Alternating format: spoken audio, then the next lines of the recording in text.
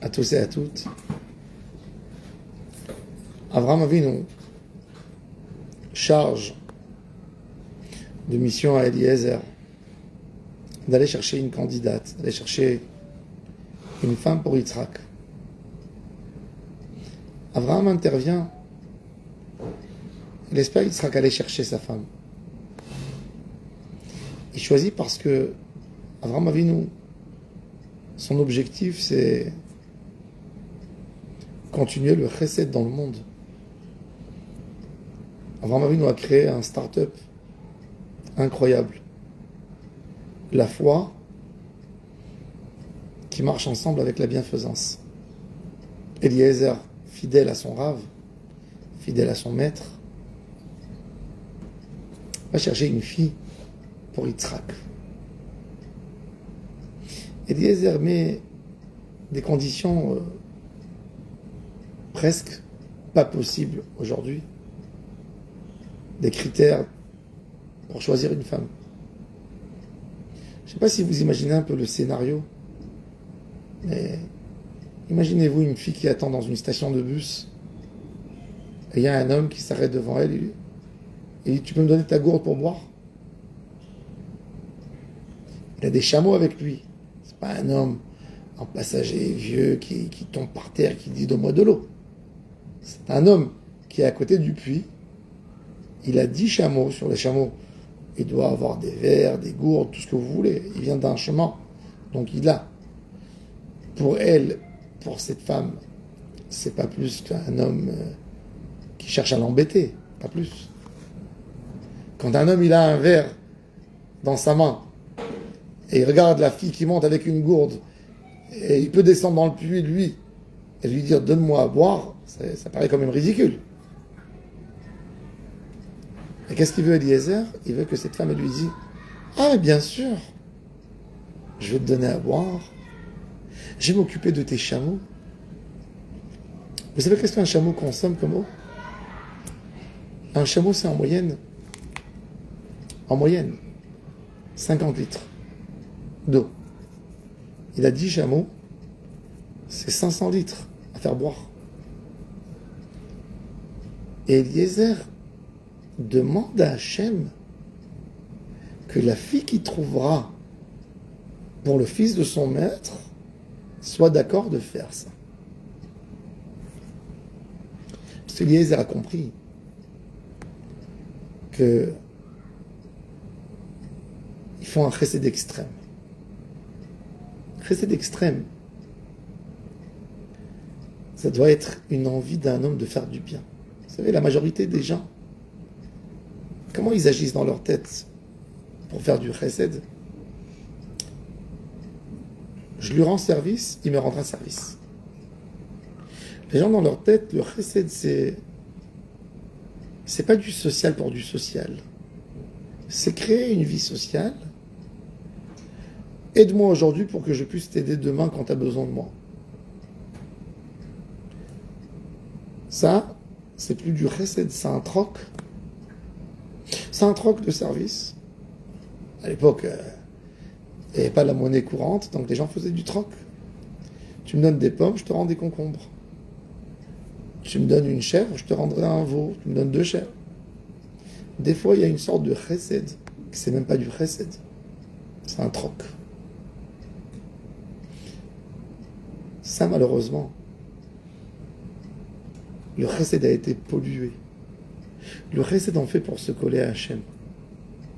Et quand on veut faire du chesed, c'est satisfaire l'autre. Même si ce qu'il a besoin est énorme. Ça ne rentre pas dans le cadre de business. Eliezer fait de son chesed qu'il veut quelque chose de ridicule au niveau échange. Il veut que ce soit le point de vue chesed de Rivka qui va jaillir.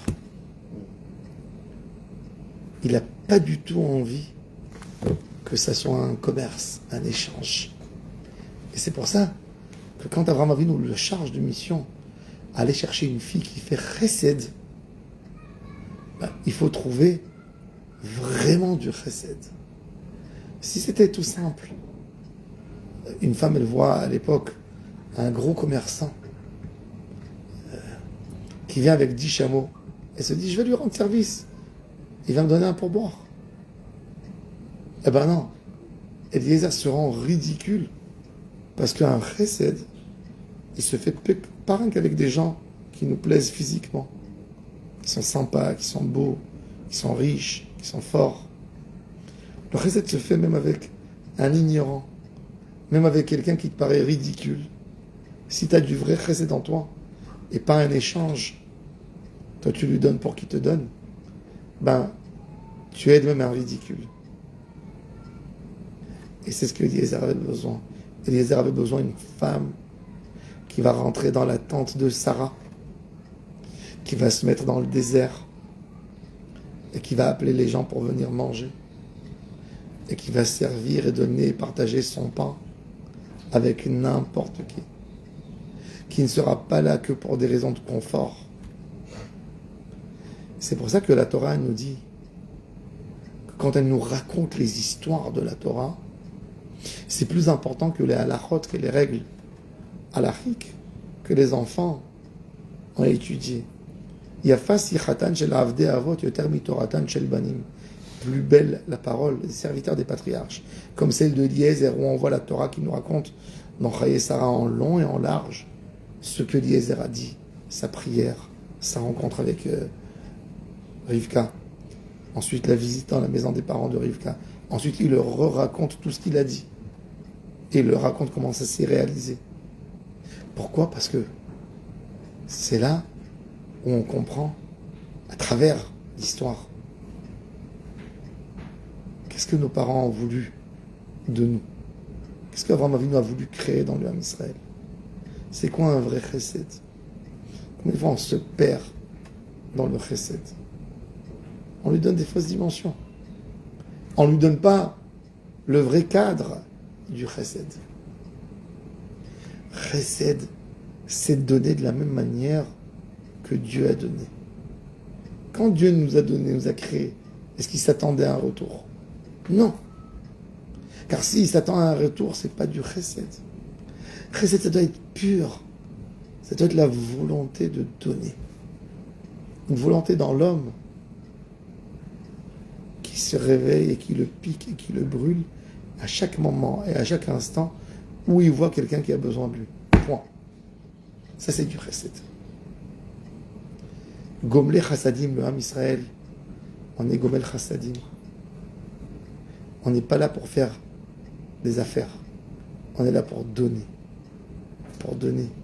Comme j'ai dit, un homme, quand il ne donne pas, ça doit lui faire mal. J'ai pas fait un chesed aujourd'hui. Rivka était toute petite. Mais les attentes de Eliezer se sont remplies. C'est pas le miracle. Les gens regardent ça comme un miracle. Que Eliezer demande une condition pas possible et elle se réalise. Pas du tout. C'est pas ça. Eliezer n'a pas attendu un miracle. Eliezer a demandé à Hachem le plus haut niveau du chesed. Il voulait un chesed qui va remplir. Il voulait une lumière qui remplira la tente obscure que Sarah a laissée. Et c'est pour ça que la Torah nous raconte à la fin de la paracha que Yitzhak a amené Rivka dans la tente de Sarah. Ça veut dire, il voulait voir, est-ce qu'elle va rentrer dans ses chaussures ? Est-ce que ce cœur de cette petite dame va rentrer dans ce grand cœur de Sarah, celle que pour les 3 bédouins qui sont venus voir son mari, elle a fait 30 kilos de semoule.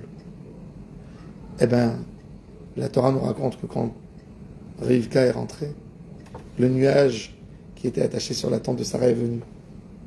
La lumière s'est allumée. Et quand elle touchait la pâte, la beracha est venue dans la pâte. C'est-à-dire, le chesed de Rivka était vraiment celui qui pouvait se coller au chesed de Sarah. C'est ce que Eliezer a tellement cherché. Baruch Adonai Laolam. Amen et Amen. C'est beau ça.